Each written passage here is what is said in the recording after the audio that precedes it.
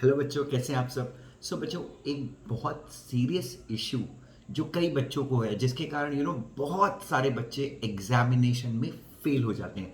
Dushyant sir, वो issue क्या है? आप किस बारे में बात कर रहे हैं और क्यों बच्चे फेल हो जाते हैं? बच्चों, जो इशू है वो है डर। मैंने बहुत सारे स्टूडेंट्स को देखा, इनफैक्ट मेरे 3-4 दिन से पता नहीं ऐसा क्यों हो रहा है कि सर मुझे बहुत ज़्यादा डर लग रहा है। बाकी सब तो ठीक है, प्रिपरेशन भी अच्छी है, जो पढ़ता है, जो मैं पढ़ता हूँ वो मेरे दिमाग में भी रहता है, मेरे जहन में भी रहता है। बट पता नहीं सर, मैं बहुत ज़्यादा डर जाता हूँ, बहुत ज़्यादा नर्वस फील करता हूँ। बच्चों, अब मैंने इस चीज़ में, इस बात की कलह में, इस बात की what we can say root में जाने की, जड़ में जाने की कोशिश करी कि यार ये हमें डर क्यों लगता है। फिर मैंने देखा कि यार जब मैं स्टूडेंट था तो मैं भी डरता था क्या। बच्चों, फिर मैंने एक हिसाब लगाया कि CS एग्जीक्यूटिव के जब एग्जाम थे, जब मेरा सेकेंड अटेम्प्ट था जिसमें मैं दोनों ग्रुप मैंने एक साथ क्लियर किए, उस समय जब मैं एग्जाम के लिए जा रहा था, बच्चों आप यकीन नहीं मानेंगे, मैं बिल्कुल भी नहीं डर रहा था। जब CS प्रोफेशनल के एग्जाम के लिए जा रहा था तो आप यकीन नहीं मानेंगे, मैं बिल्कुल भी नहीं डर रहा था। दुष्यंत सर, ऐसा क्यों है, आप क्यों नहीं डर रहे थे? लेकिन जिस एग्जाम में मैं फेल हुआ बच्चों, उस एग्जाम में जब मैं एग्जामिनेशन हॉल में गया तो मैं डर रहा था। आप बिलीव कीजिए बच्चों, 10 में से 5 बच्चे, मैं बोल रहा हूँ 50% स्टूडेंट्स इसीलिए प्रोफेशनल एग्जामिनेशन, चाहे वो CA का हो या CS का हो, इसीलिए फेल नहीं होते कि उनकी प्रिपरेशन अच्छी नहीं है। 10 में से 5 बच्चे सिर्फ इस डर के चलते एग्जाम हॉल में पैनिक कर जाते हैं और एग्जाम नहीं दे पाते। बच्चों, गौर से सुनिएगा और गौर से देखिएगा कि मैं क्या बोलने की कोशिश कर रहा हूँ। ये डर का सामना कैसे करें बच्चों? तो अगर आप देखेंगे, जब आपने ज़िंदगी में पहली बार टू व्हीलर चलाया होगा तो उस समय आप बेशक बहुत ज़्यादा डरे हुए होंगे, जब आपने ज़िंदगी में पहली बार टू व्हीलर चलाया होगा। लेकिन अभी आपने जब 10-12-15 बार टू व्हीलर चला लिया तो आप बिल्कुल नहीं डरते, आप बहुत आराम से चला लेते हैं, आंख बंद करके चला लेते हैं। तो दुष्यंत सर, इसका मतलब ये है कि 10-15 बार अगर मैं एग्जामिनेशन दूँ तो मैं बिल्कुल नहीं डरूंगा? नहीं नहीं नहीं, मैं किसकी बात कर रहा हूँ बच्चा? I am talking about preparation. मैं बात कर रहा हूँ प्रैक्टिस की।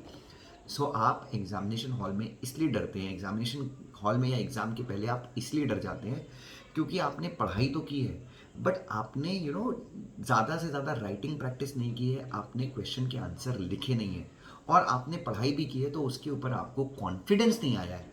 बस मैं आपसे इस वीडियो के माध्यम से 3 चीज़ें, मैं आपके साथ सिर्फ और सिर्फ 3 चीज़ें शेयर करूँगा। चीज़ नंबर 1, सबसे पहली चीज़, कि आप एग्जीक्यूटिव और प्रोफेशनल के बच्चे एग्जाम के पहले मैक्सिमम मैक्सिमम राइटिंग प्रैक्टिस कीजिए। दिस इज द पहली चीज़।